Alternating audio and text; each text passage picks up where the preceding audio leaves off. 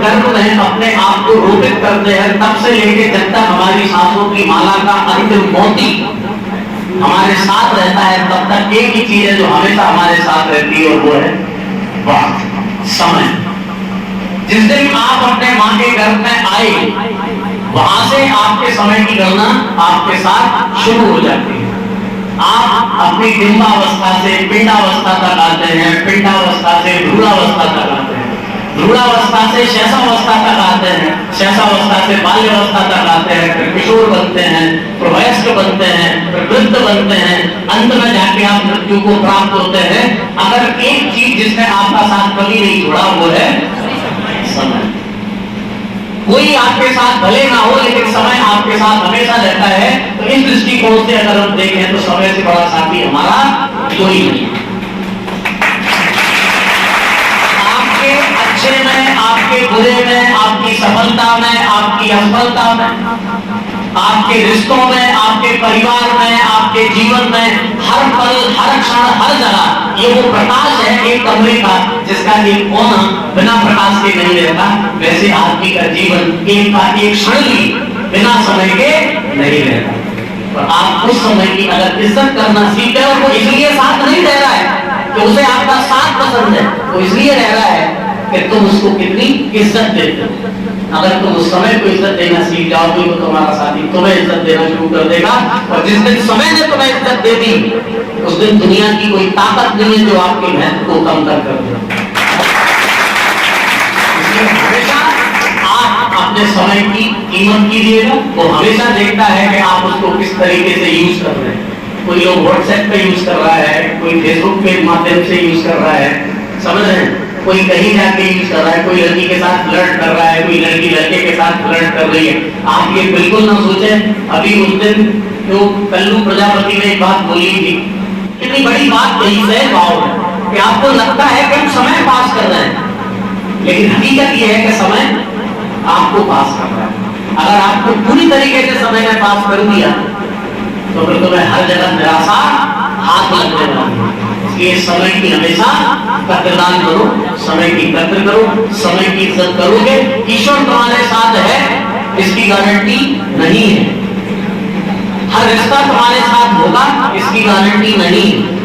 समय तुम्हारे साथ हमेशा है इसकी हमेशा गारंटी है। और अगर कोई नहीं लेता तो हम लेते हैं। वो समय अच्छा हो सकता है, बुरा हो सकता है, लेकिन समय है आपके साथ हमेशा रहेगा। जब ईसा मसीह से पूछा गया कि प्रभु तुम्हारी दुनिया कैसी होगी, उन्होंने कहा जैसी भी हो, बस मैं चाहूंगा कि मेरी दुनिया में एक चीज ना हो, समय। क्योंकि समय जो मैंने कहा ना कि इस समय के चक्कर में अक्सर लोग क्या खाते रहते हैं, चक्कर खाते रहते हैं। तो ईसा मसीह ने जो ये खुद ये कह रहे हैं कि समय इतना बलवान है कि मेरी दुनिया में सब हो, बस केवल समय ना हो। क्योंकि लोग अगर किसी के सामने घुटने टेकते हैं तो वो समय होता है, और जिसका सितारा बुलंद होता है उसके पीछे भी समय होता है। बात आ रही है? व्हील चेयर पे बैठे हुए साइंटिस्ट का नाम तो सब जानते, क्या नाम है? क्या नाम है?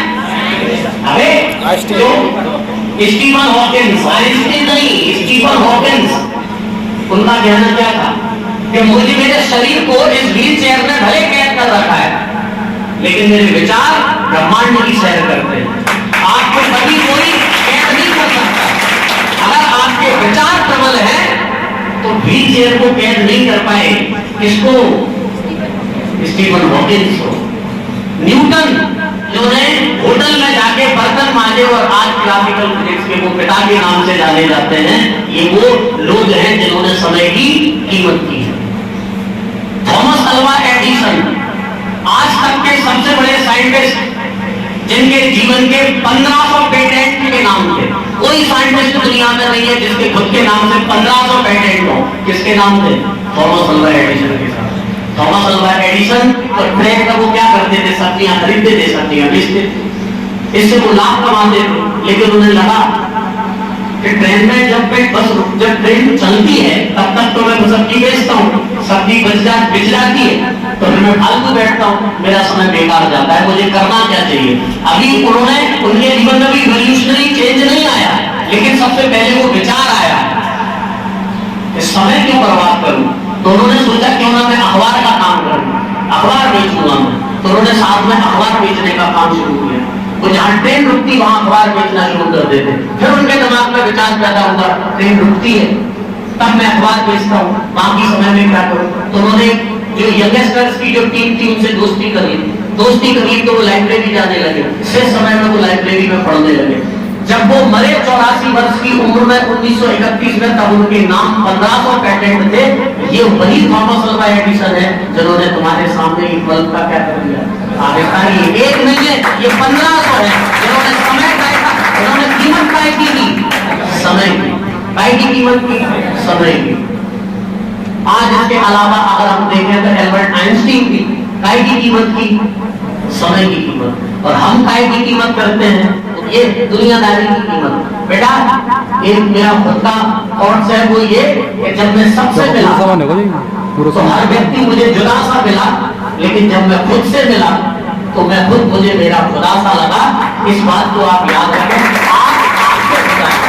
आप खुद से मिले, अपने आप से मिले।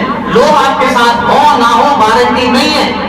जिस दिन आप अपने भीतर प्रवेश कर जाओगे, इतना बड़ा संसार है कि आपको दुनिया बाहर की बहुत छोटी लगने लगेगी।